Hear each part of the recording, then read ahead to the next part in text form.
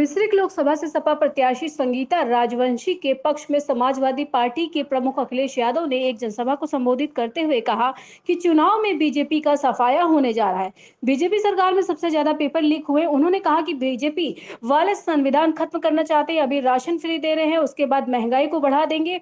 2014 से लेकर 2019 तक भाजपा सरकार ने कई वादे किए, परंतु उन वादों पर खड़ी नहीं उतरी। उन्होंने कहा कि एक जुल्मों की सरकार है, इनको जनता बदलने का काम करेगी। इन्होंने फौज की नौकरी 4 साल की कर दी। किसी को क्या पता था ये हवाई अड्डे बेच देंगे? किसी को पता था ये बंदरगाह भेज देंगे?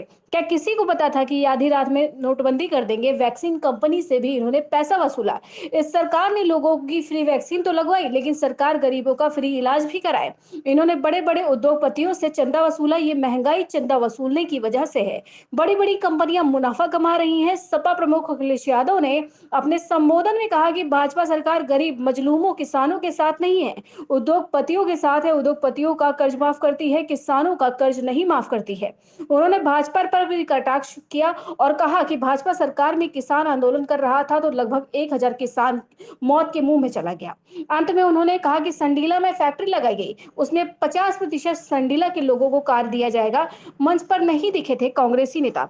सपा प्रमुख के आने पर मंच पर कांग्रेस नेता के न होने की चर्चा का विषय बना हुआ है। वैसे तो इंडिया गठबंधन के प्रत्याशी के रूप में चुनाव लड़ रहे हैं, परंतु कांग्रेस नेताओं को दर्दनाक कर चुका चुनाव लड़ना समझ से परे है।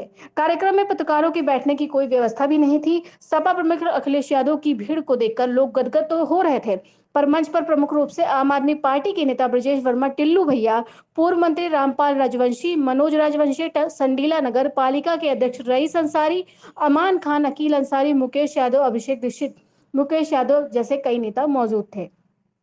राष्ट्रीय प्रस्तावना के लिए संडीला से प्रभात अस्थाना की रिपोर्ट। ये बुजुर्ग लोग हैं जो पहले आता था पार्ले जी का बिस्किट पैकेट, बताओ इतना बड़ा आता था कि नहीं आता था? जैसे जैसे महंगाई बढ़ी और उन्होंने मुनाफा कमाना शुरू किया, बताओ पैकेट छोटा हो गया कि नहीं हो गया? अब कितने बिस्किट वाला पैकेट आता है? ये बीजेपी वाले आ गए तो एक बिस्किट वाला पैकेट हो जाएगा, बताते रहो मैं। बताओ आपकी बोरी से चोरी हो गई, खाद के नहीं हो गई? पहले 5 किलो निकाला, अब फिर 5 किलो निकाल लिया कि नहीं निकाल लिया? ये सरकार में आ गए तो आपको पाउच में खाद मिलेगी, पाउच में। बताओ सावधान रहोगे कि नहीं रहोगे? ये जो अग्निवीर नौकरी है, ये 4 साल वाली नौकरी, हमारे नौजवान जाने कितनी तैयारी करते हैं, दौड़ते सड़क पे जाकर के मेहनत करते हैं, कोचिंग करते हैं और फौज के में जाने के लिए वो हमेशा तैयार रहते हैं। लेकिन इस सरकार ने पहले तो फौज की नौकरियां नहीं निकाली, और जब फौज की नौकरी निकाली तो बताओ 4 साल की आधी अधूरी नौकरी निकाली। हम अपने नौजवानों से कहते जा रहे हैं कि ये 4 साल वाली नौकरी हम लोग स्वीकार नहीं कर सकते।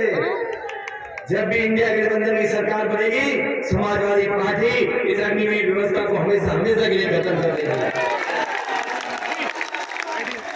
ये अभी हम देखते हैं चुनाव जैसे जैसे करीब आ रहा है, सरकार वाले पुलिस को आगे कर दे रहे हैं।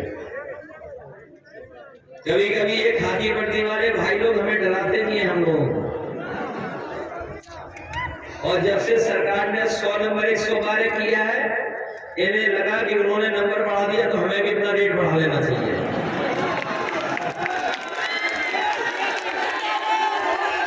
ये जो खाकी पहने वर्दी भाई लोग हैं, ये भी आपका साथ देंगे,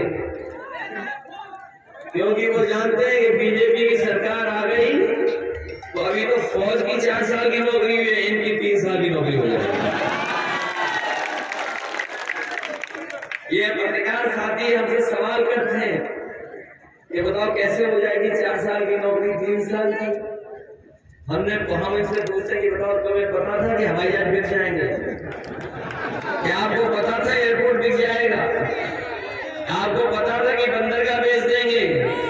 आपको पता था कि पानी का जहाज बेच देंगे? आपको पता था कि बैंक बेच देंगे? क्या आपको पता था कि रात में नोटबंदी कर देंगे? इसलिए मनी मन ये भी लोग आपका साथ देंगे। और वैक्सीन वाली बात बताओ, सबको वैक्सीन लगवा दी इन्होंने कि नहीं?